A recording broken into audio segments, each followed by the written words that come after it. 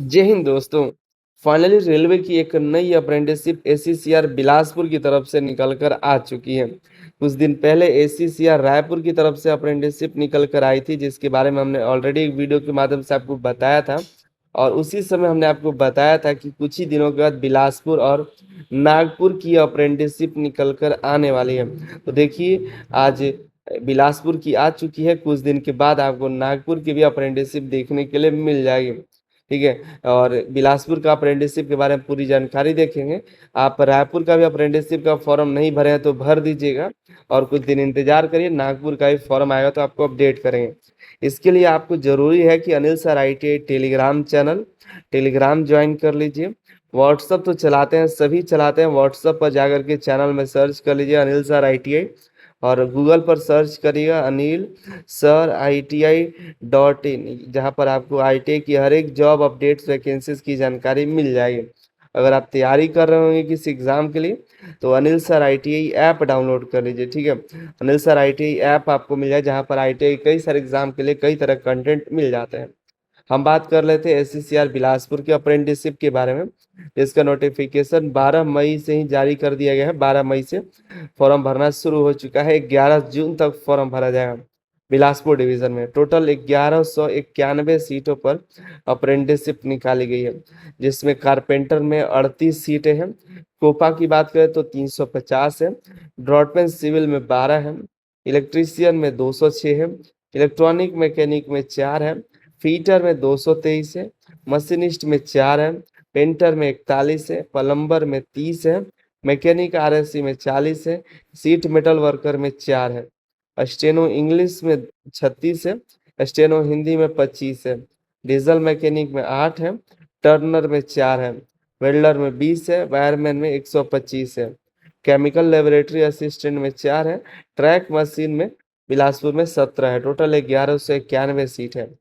Qualification की बात करें तो 10th पास आउट होना चाहिए, और ITI रिलेवेंट ट्रेड में, जो ट्रेड में आप फॉर्म को अप्लाई करेंगे उस ट्रेड में ITI पास आउट होना चाहिए।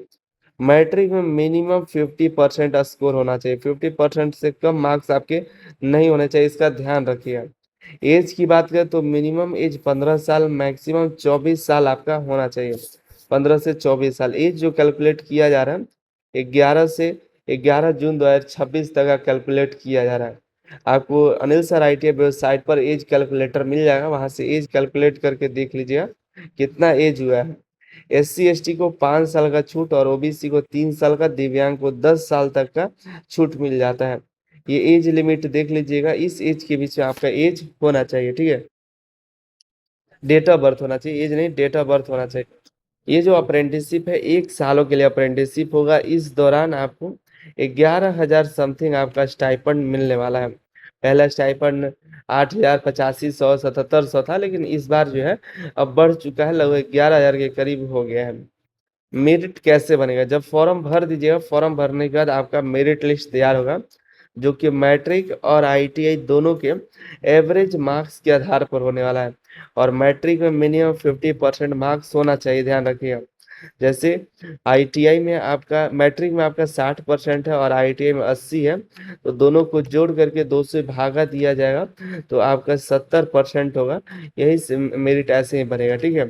जिसका अच्छा स्कोर होगा मैट्रिक और ITI में, उसका सिलेक्शन हो जाएगा।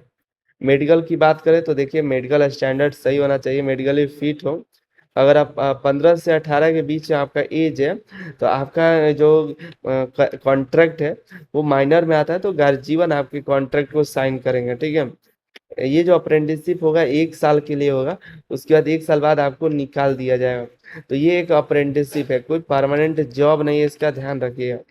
एक्स सर्विसमैन की बात करें, वैसे कैंडिडेट्स जो बच्चे हैं एक्स सर्विसमैन के, जो या तो मारे जा चुके हैं, मतलब मारे ही जा चुके हैं, उनके बच्चे हैं, तो वो आप एलिजिबल है। अगर आप एक्स सर्विसमैन है, आपके गार्जियन एक्स सर्विसमैन हो चुके हैं, तो भी आप एक्स सर्विसमैन में ही आइएगा। सर्विंग ऑफिसर के बच्चे हैं तो भी आप एलिजिबल है एक्स सर्विसमैन में। खुद एक्स सर्विसमैन, वो भी एक्स सर्विसमैन में ही आएंगे। सर्विंग जवान के बच्चे भी एक्स सर्विसमैन के अंतर्गत ही आएंगे।